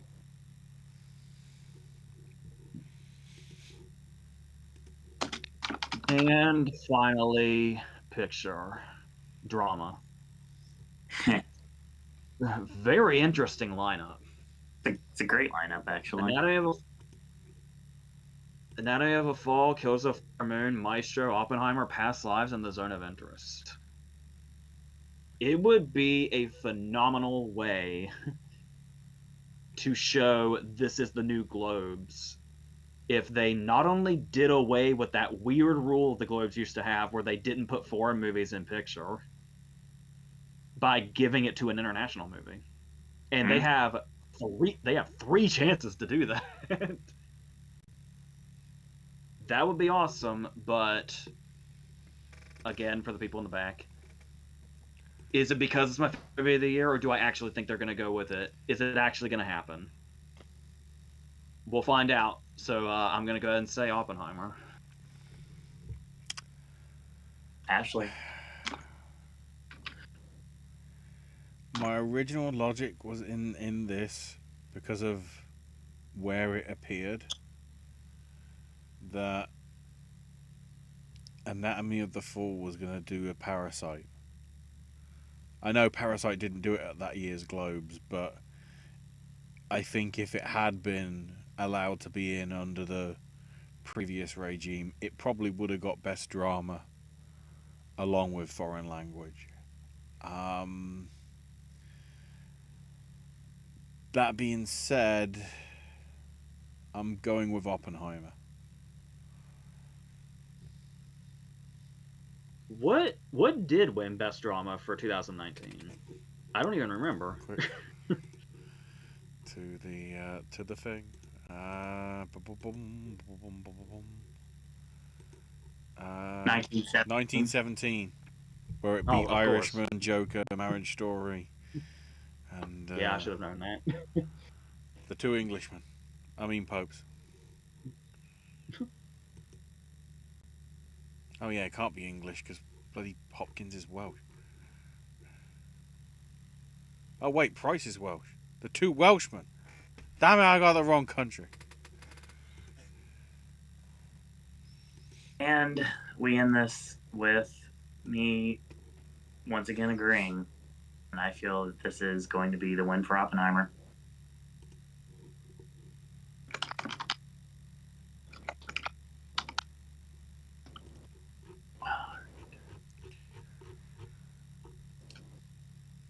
And I have now made a list. Yeah. The only downside, if Oppenheimer continues to win, is that I already own it on Blu-ray. And if it comes out with the winner of this Academy Awards including whatever, it's like, oh shit, I have to buy it again just for the fucking cover. We're buying the variants, damn it. I have, worth noting, I have in fact done that. Yeah. So I would do it again.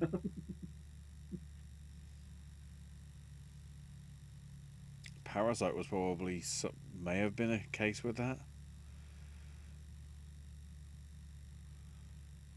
It's like I remember when Parasite's tough because I got Parasite on Blu-ray before the Oscars, so it doesn't say it. But then there's also the criterion for Parasite, which obviously isn't going to say it. It might be on the text in the back, but it wouldn't be like on it. And then so I could have like 3 different copies of Parasite to get all this. And they did a standalone release, I think, as well for the black and white version, or was that just digital? That might have just been digital. Yeah.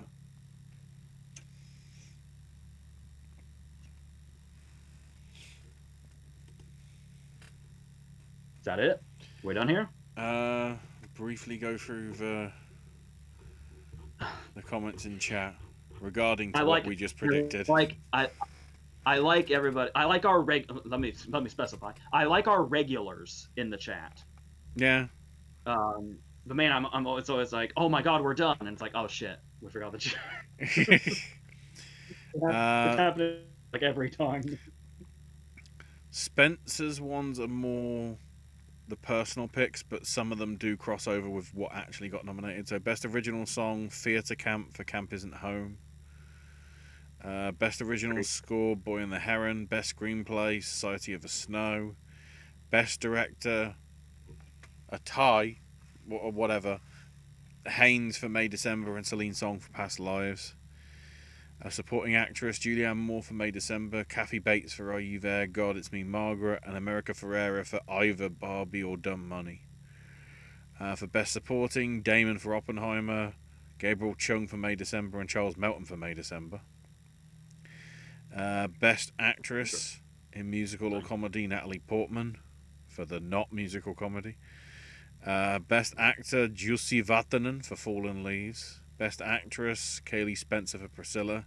Best Actor, T.O.U. for Past Lives. Best Animated, Boy and the Heron. Best Musical Comedy, Air. And Best Picture Drama, Boy and the Heron. Then scrolling through, Parsnip has Cinematic and Box Office Achievement Barbie, Best Song I'm Just Ken, Best Score Oppenheimer, Best Non-English Zone of Interest, Best Animated Spider-Verse, Best Screenplay Poor Things, Best Director Nolan, Best Supporting Actor Downey Jr., Best Actress Divine Joy Randolph, Best Comedy Actor Giamatti, Best Comedy Actress Emma Stone, Best Comedy Film The Holdovers, Best Drama Actor Bradley Cooper, Best Drama Actress Lily Gladstone, and Best Drama Film Oppenheimer. Bry mentioning about the Globe snub, at least in terms of him watching it, because they nominated the most obsessive person of last year, but then again she'd probably be watching her boyfriend's NFL game instead.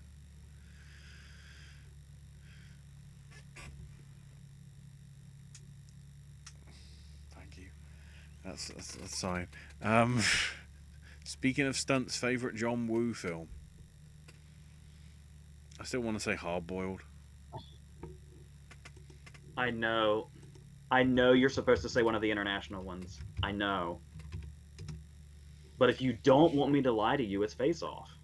Yeah, that's a fair assessment. I know it's not the caliber of his earlier work, his more at home work. But I'm not gonna just lie to you. I respect you too much.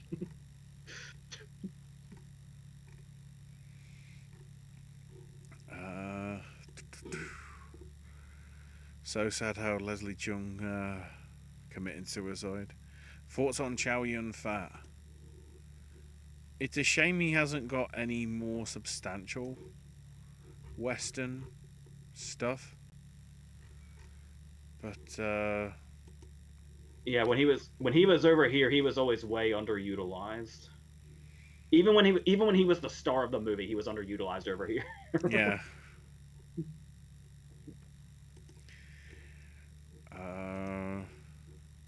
I wouldn't be surprised if Bruce Springsteen won. They did give it to U2 for that Mandela film.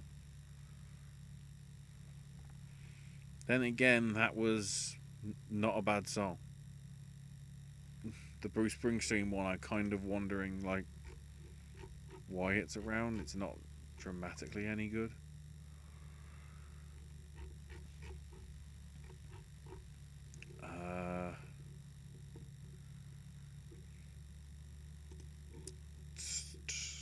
This year will be the 30th anniversary of Leon the Professional. Can we get Sting to perform Shape of My Heart on Award Show? Probably not. I'll just get Barbara Streisand to just sing for the dead people. Listening to all the songs on the shortlist out of context, says Bri, I think Dance the Night is the best.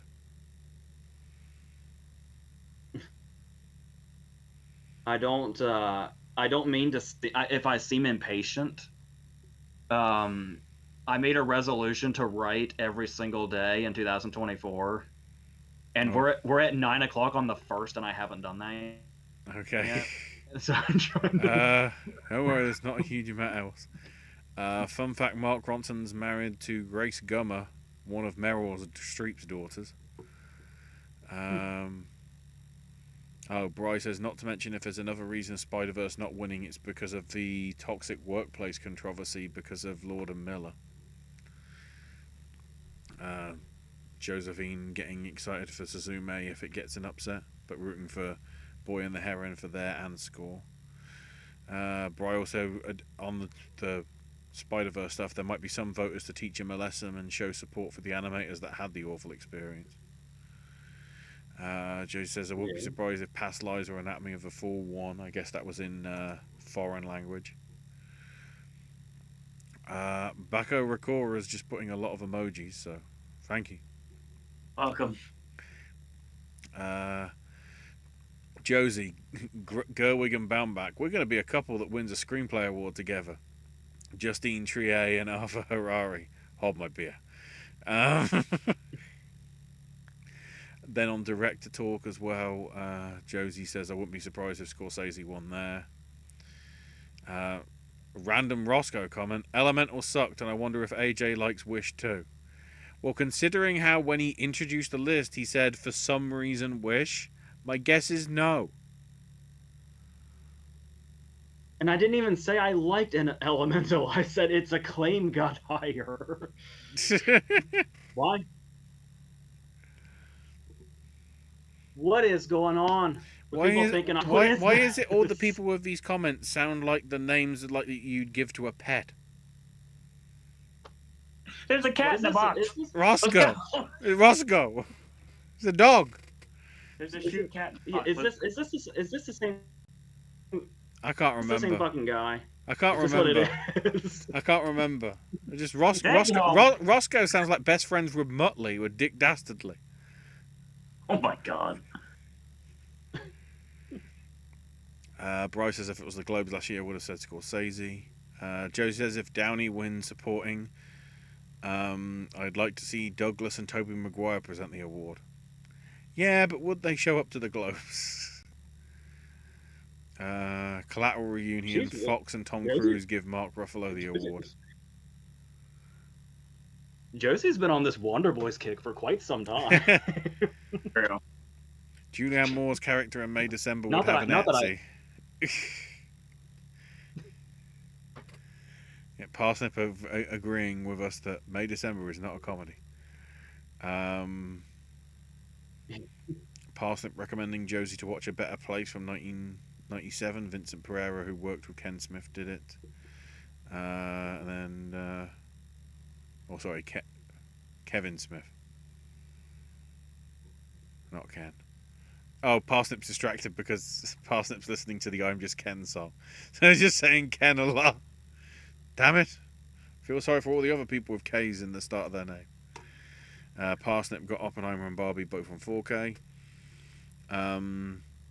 Unfortunately, Past Lives, which I also own, and Are You There, God It's Me, Margaret, which I also own, are only on Blu-ray with no 4K release. I know Are You There, God It's Me, Margaret actually is on Amazon over here now, which gives me a chance to catch it. And Josie randomly says Face Off rules. I'm guessing not the sci-fi show that has a similar sounding name. Hey now, that was fun. Face Off. It's 10:24. Signing off. Take it home. Take it home. Oh, he leaves. Good. So he's disappeared. I will tell you that. Oh, let's go. So basically, what I'll tell you right now is we are going to be back here Monday, 6 p.m. Eastern Standard Time, to the fallout for the Golden Globes. And then on Tuesday, we're going to be predicting the Critics' Choice Awards, same time. If time changes, it'll be an hour later. You'll have to find out soon enough. Right now, it's 6 o'clock, unless something changes. And if it does, I'll post it on social media. Yep. So there's a lot of videos you're going to have in the near future from the award season because look at the schedule. There's tons of things to talk about, tons of things to predict, tons of predictions to make, and I said that twice, and tons of recaps to do too. So continue to join us here on Popcast Network. Ashley disappeared, and I don't know if he's coming back or not. You can find on @Ashes my name on Twitter, and you also can catch his gaming segments and also his snack stash segments. More of those still to come very soon, soon as like a couple days from now. The Isaac runs continue, and give him a follow on the social media networks. AJ, of course, is we're going to leave the outro in 2023 with all the other bad things that happened that year. And he also has more frequent movie reviews coming as 2024 progresses, and the return of Versus in the fall. Hopefully, when I'm back in the fog, fingers crossed. Needless to say, that's something you have to look forward to as well. You can follow me on Twitter at Sir Owen Disney, and follow the network at Popcast Network. I've got plenty of videos to come. I still have an entire day of Voices content. There's plenty of sip and snacks still to come, and a lot of stuff still to come as well. So yeah, stay tuned. That's going to be your show today. It's hard to take it home when the person that is in charge of closing the show is not here. Parsnip Burger says, when are you doing SAG noms? I've looked at the schedule to verify that, Parsnip Burger. I don't have I'm assuming we're discussing. Is that a discussion or predictions he's asking about? I don't know. He just says, when But are I'm you assuming doing... we're doing. I assume we're talking about SAG, DGA, and PGA together. I would say so. Because That's usually what we do. According to the calendar, I have SAG and DGA are the same day on the 10th, and then PGA is like 2 days later when they come out. So there'll be plenty of videos for you guys to check out. 100%. Actually, I pretty much did the outro, so I think we're pretty much done. Thanks everyone for joining us tonight, whether live or in archive. Thanks to our little chat, as always. And that's probably going to be your show. So in the meantime, I want to thank you guys and girls out there for watching. And until next week, boys and girls, that's all we got to say about that.